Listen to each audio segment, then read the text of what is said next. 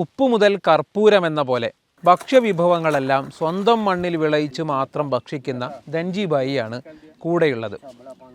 കഥ പറയാം.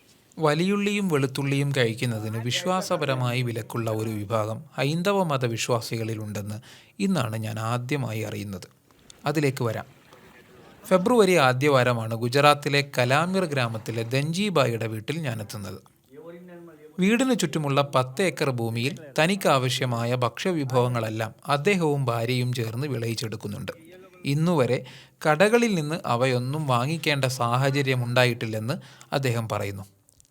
ഗോതമ്പ്, കടുക്, നിലക്കടല, തുവരപ്പരിപ്പ്, വലിയുള്ളി, വെള്ളക്കടല, വെളുത്തുള്ളി, മുള്ളങ്കി, തക്കാളി, വഴുതന, പപ്പായ, വാഴ, ജീരകം, കരിമ്പ്, പൊതീന എന്നിവ ഈ കാലയളവിലെ മാത്രം വിഭവങ്ങളായുണ്ട്. വീട്ടിലേക്ക് ആവശ്യമായത് ഒരു വർഷത്തേക്ക് സംഭരിച്ച് ബാക്കി മാർക്കറ്റിലെത്തിക്കും. അതാണ് രീതി. ഇവിടെ എനിക്ക് ഒരു കൗതുകകരമായ കാഴ്ചയായി തോന്നിയത് ഇവിടുത്തെ തക്കാളികളാണ്. നമ്മുടെ നാട്ടിലെ വളരെ ചെറിയ നെല്ലിക്കകളെക്കാളും ചെറുത്, പക്ഷേ പച്ചക്ക് കഴിക്കാൻ പോലും നല്ല രുചിയുണ്ട്. ബിസ്മില്ലാ. കൃഷിയിടത്തിലൂടെ എൻ്റെ കൂടെ നടന്ന് വിളകളെ സംബന്ധിച്ചെല്ലാം വിശദമായി അദ്ദേഹം വിവരിച്ചു തരികയാണ്. മണ്ണിൻ്റെ മണമുള്ള മനുഷ്യൻ. ധൻജിഭായിയെ അങ്ങനെയാണ് ലളിതമായി വിശേഷിപ്പിക്കാനാവുക. അതിനിടെ അടുക്കളയിൽ ഞങ്ങൾക്കുള്ള വിരുന്നൊരുങ്ങുന്നുണ്ട്.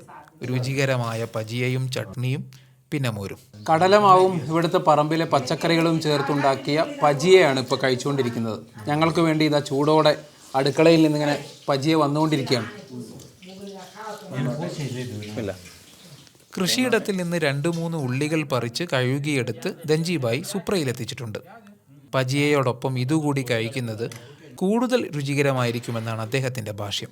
പക്ഷേ ഇതുവരെ അദ്ദേഹം ഇത് പരീക്ഷിച്ചിട്ടില്ല. അതിന് വിശ്വാസപരമായ ചില കാരണങ്ങളുണ്ട്. ധൻജിഭായി ഒരു തികഞ്ഞ സ്വാമിനാരായണ ഭക്തനാണ്. ഇവരുൾപ്പെടെ ഹിന്ദുമതത്തിലെ ചില വിഭാഗങ്ങൾക്ക് ഉള്ളി ഭക്ഷണത്തിൽ ഉൾപ്പെടുത്തുന്നതിന് വിലക്കുണ്ട്.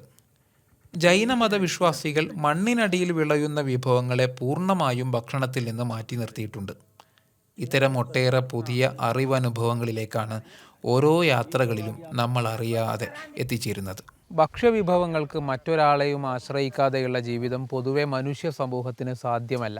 പരസ്പരമുള്ള പങ്കുവെക്കലുകളാണ് നമ്മുടെ ജീവിതത്തിൻ്റെ അടിത്തറ. പക്ഷേ പരമാവധി സ്വന്തം വിഭവങ്ങളിൽ മാത്രം ഒതുങ്ങി ജീവിക്കുന്ന മനുഷ്യരും നമുക്കിടയിലുണ്ട് എന്ന ഓർമ്മപ്പെടുത്തൽ മാത്രമാണ് ഈ കഥ.